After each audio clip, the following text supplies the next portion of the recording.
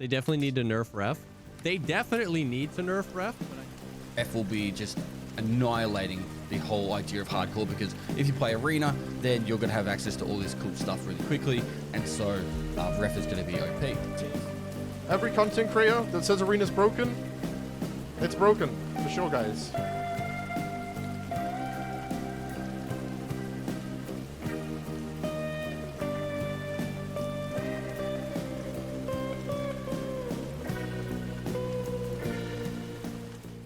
Welcome back to Fallen TV, this time with Tarkov Slaw. I can see most of the community is displeased with the state of hardcore wipe. Just ignore all that for a moment and let's focus on what matters. Casual players, they make up most of the player base alongside cheaters. Tarkov is a hard game where anything can kill you.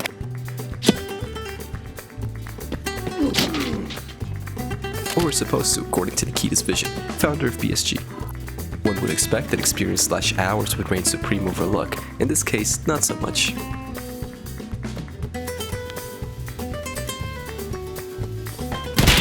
As gear is a fundamental system in Tarkov, it grants you a better chance of making it out alive, not ensuring your immortality, like some people believe.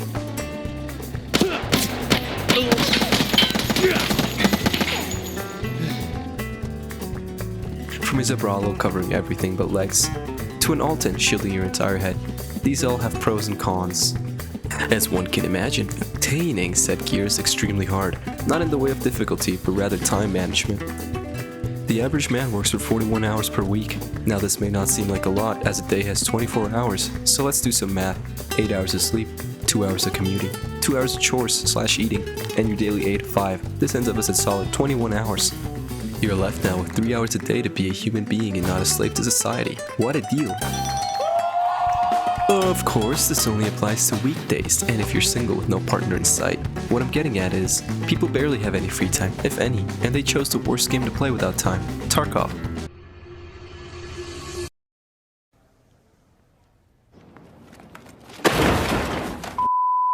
Here is the deal. A single raid can go from 15 to 45 minutes, if you're lucky, without adding up the queue time, which extends on average 5 minutes, which then leads to an hour. And even then, let's just say somebody spends 45 minutes staying still.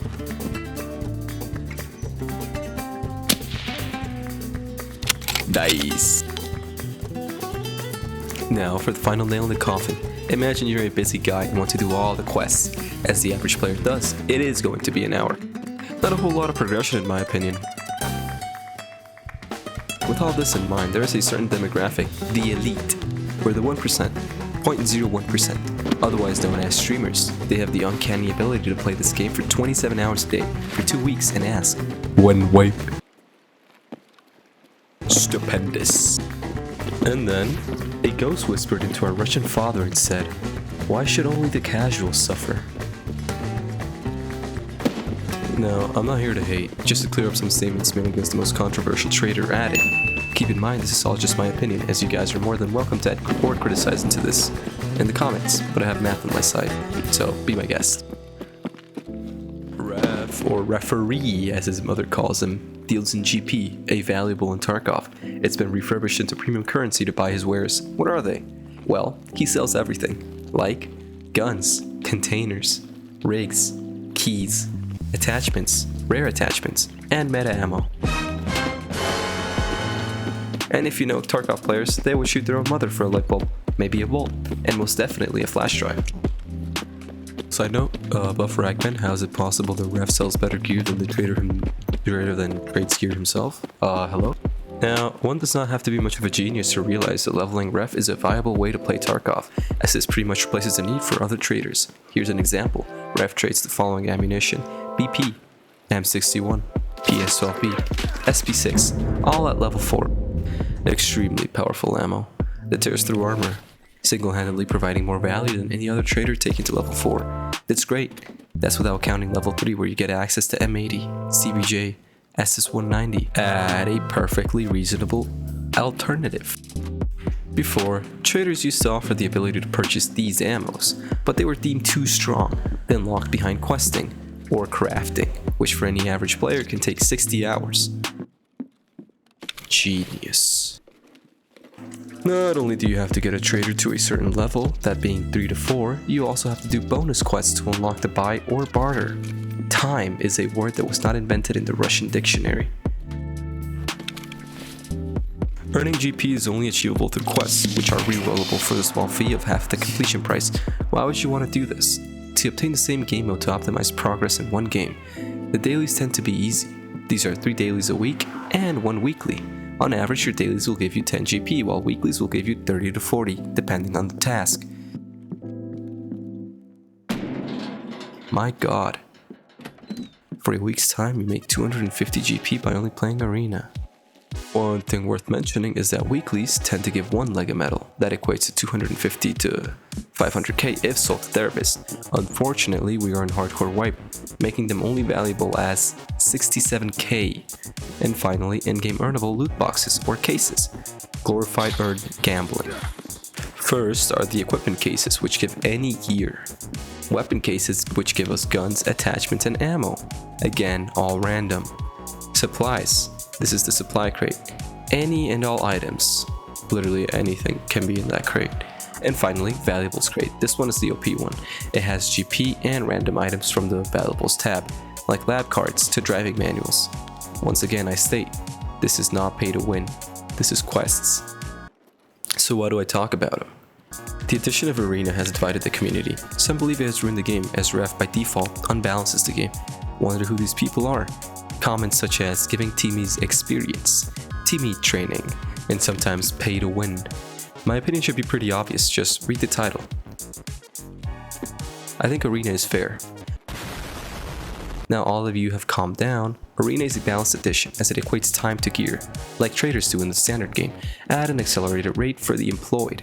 The job application is key. The fallen game hard, I can't have good gear unless you put time inside. Wow. Stop whining, Mr. Chad. Ref is a trader and thus he must be leveled up if you wish to obtain the good items. And like all traders, he starts offering decent items upon reaching level 2. If each daily gives 0.01 reputation and weeklies give 0.04, then you can farm it for 0.25 per week.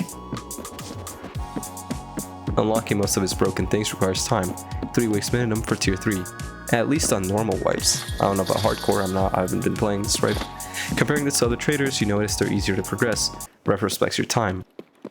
I certainly believe the people mad at Ref closing the gap between no-lifers and casuals just hate dying to low-level players being able to kill them in their meta-gear. As if maxing out traders week 2 and obtaining Kappa 5 days into wipe wasn't enough, the thought of being immortal along with gatekeeping burns deep inside of them.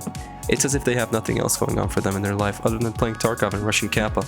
And my favorite part of it all, seeing them complain on Twitter, "When wipe, game bot," yet they'll play it while malding, having nothing else to do. But I have to say, I do agree with them in a certain way that Ref does offer a little too much. How dare he sell key cases and key tools, the symbol of prosperity in Tarkov? In this sense, one wonders, if I don't have Arena, will I fall behind in terms of traders? And the long answer is no, as Ref doesn't require you to own Arena to unlock him. But BSG did make it so GP spawns are cut in Tarkov, as of now with only one of them spawning plus taking a valuable slot. This meaning you can only find up to 1 GP. Marvelous. Majority of what Ref sells is found in other traders. He is only really fucked over Ragman's reason for existing. That's a trader that was gutted a long time ago and only sells tier 5 heavy armor. Ignore Ref CPC, by the way. God tier armor. If you're wondering about the time constraints Arena has in its ruble ratio, it's not that big, with only 100k rubles being earned every 15 minutes. That's if you win. The daily limit also hurts you big time, not allowing you to effectively farm it. Tarkov is better for a money grind. If you're not making 250, 100,000 every raid, you've got work to do. In my opinion, the skills part is a little unfair as you can keep dying over and over just to level them and maybe the guns. But maybe buff Tarkov, or I really don't know how to fix that, or just remove it, I guess. The purpose of this mini rant or video essay isn't to get Ref nerfed or to spark hate.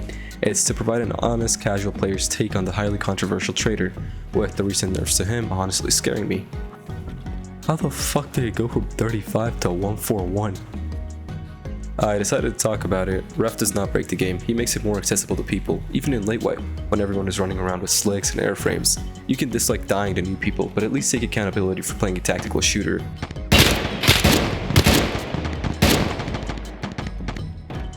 Like it's Call of Duty. Like, you weren't expecting to be immortal, were you? Dumb fuck.